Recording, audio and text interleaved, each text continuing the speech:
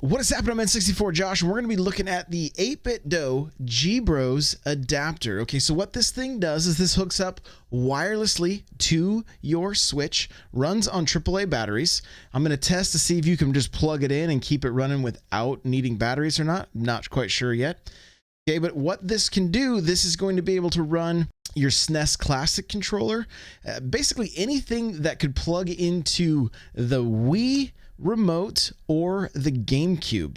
This has two different ends, so let's go ahead and open this thing up and I'll show you guys exactly what I'm talking about. Now, of course, I've got Mario Maker in mind when I'm using this thing, right? Because I'm definitely a fan of using first-party Nintendo controllers, but I'm checking out all this stuff from 8bitDo, and I want to be able to, just see, is this going to be a viable option? So as you can see, this end right here, same as the Wii remote, right? So you can do like the Wii Pro controller.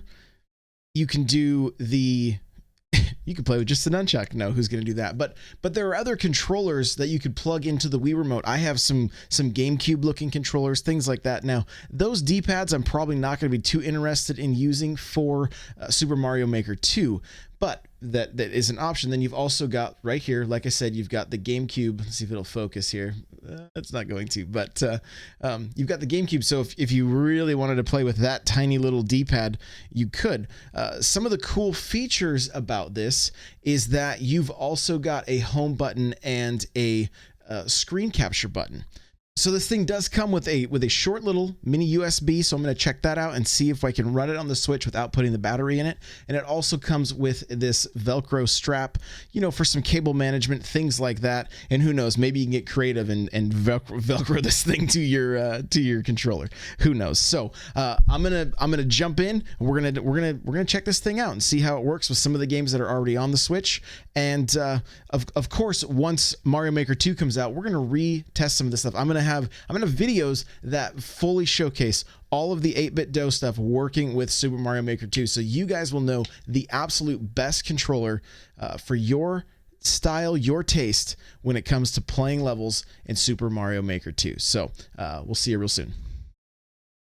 All right, so let's talk about hooking this thing up, the 8bitDo Gbros adapter, to your Switch. It's actually very, very simple. The yellow button here is the pair button. So first thing you want to do, open it up, put two AA batteries in it. Now, I tested this thing. After I connected it, I took the batteries out, plugged it into USB to see if it would run off of a charge. Unfortunately, it doesn't. So the box says you get about 30 hours of gameplay per two batteries. So if this is the way you want to go, you may want to get some rechargeable batteries, something like that, just so that those long play sessions, you know what I mean? It's like 3 days, right?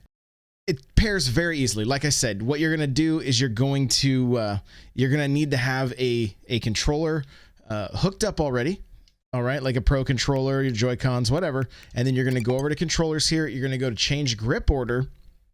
Now, all you do is you're gonna turn the thing on by pressing the red button here, and then you want to make sure you switch it over to S. It gives you the instructions, just follow them, and then you're gonna hold down the yellow button for 2 seconds, and you're gonna see the blue light here is gonna flash.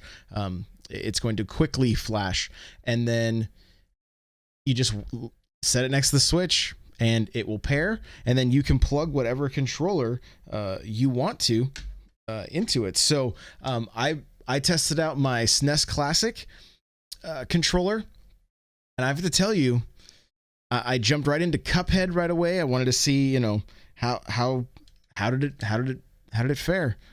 I really liked it. I really liked the feel of the Super Nintendo controller.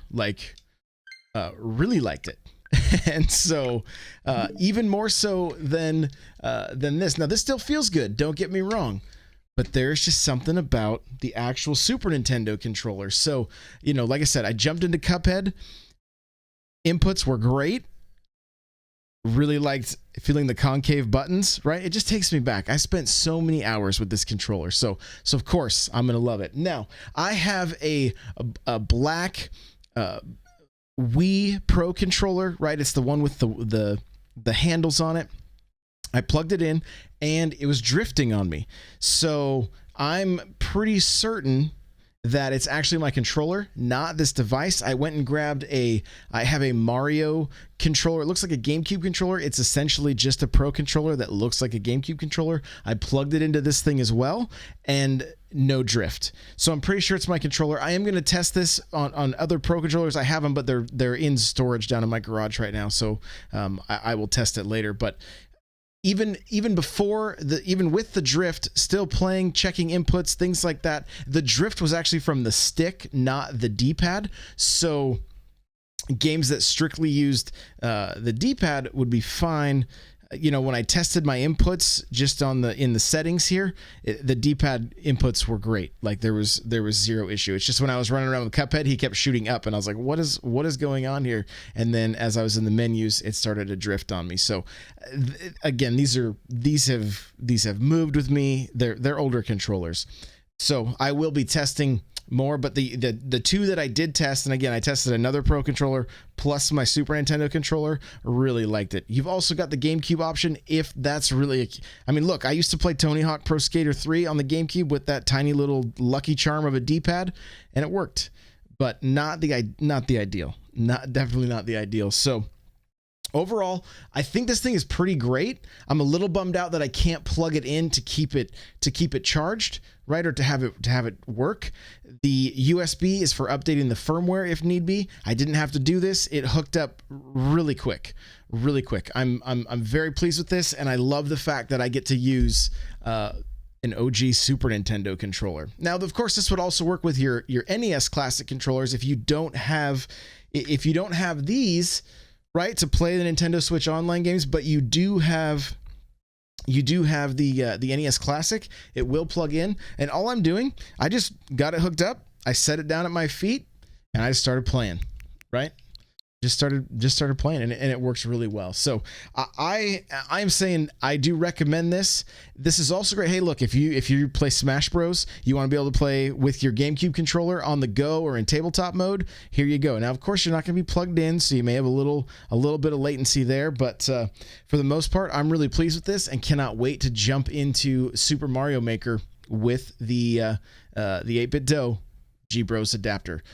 If you guys like this video, make sure to hit that thumbs up. If you've got any questions, comments, let me know down below. Thank you so much for watching, and we'll see you in the next one as we continue to find the best controllers for Super Mario Maker 2 on the Nintendo Switch. Thanks, guys. Take it easy.